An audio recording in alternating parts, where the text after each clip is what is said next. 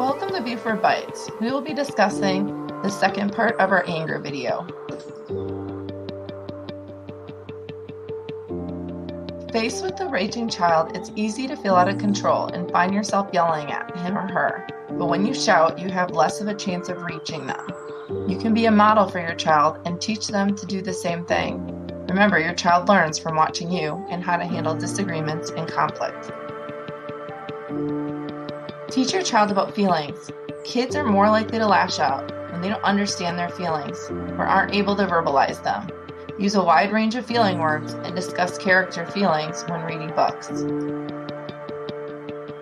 Teach your kid the warning signs. Kids tend to have meltdown at predictable times. When they're in a full adrenaline rush or that flight or fight moment, they think it's an emergency.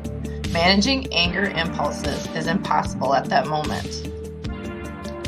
Help your child learn their triggers and help them calm down when they're beginning to get upset instead of a full meltdown.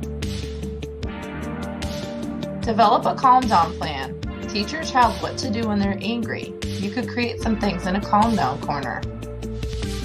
Kids need to be taught how to calm down, taking deep breaths, grabbing squishy balls, or going for a walk when they realize they're getting upset.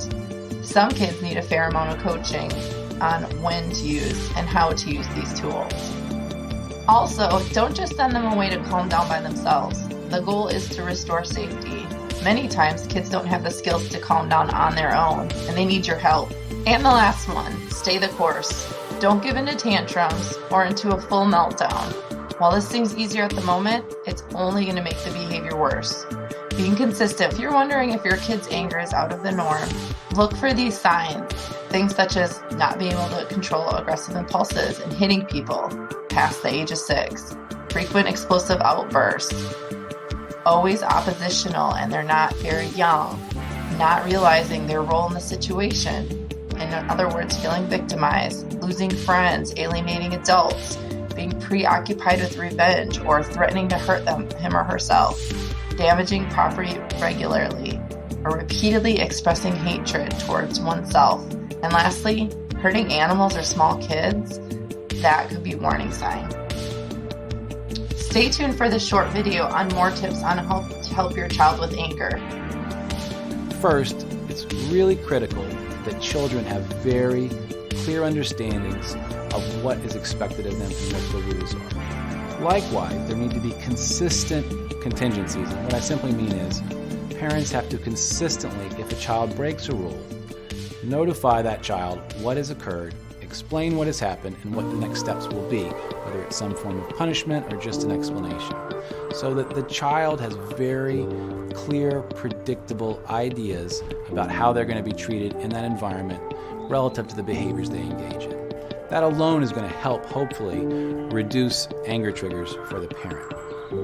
The second piece, though, is having realistic expectations and thoughts about the child's capacities. So oftentimes we see that we sort of believe children are thinking the same way that we are about situations. And what we know is that their development in terms of their frontal lobe and things like that, in terms of planning and foresight and thinking through consequences, just is not the same as an adult. That doesn't necessarily mean we want to lower the standards, but we want to make sure that our expectations or what the standards are realistic for our child. And we want to sort of set gradual, realistic goals for them to be reached with consistent, as I mentioned before, consistent contingencies for them so that they can grow and succeed. We want to engineer success for them and be patient as they go along the way. It doesn't mean we want to be passive. We don't. We want parents to be authoritative, to give clear rules, and enforce them consistently. We don't want them to be punishing children out of something emotional like anger. We want a punishment to come if it's going to be the case because a rule was broken that was established beforehand and the child understands the reason. We don't want punishment to be coming from anger. Thanks for tuning in. See you next time.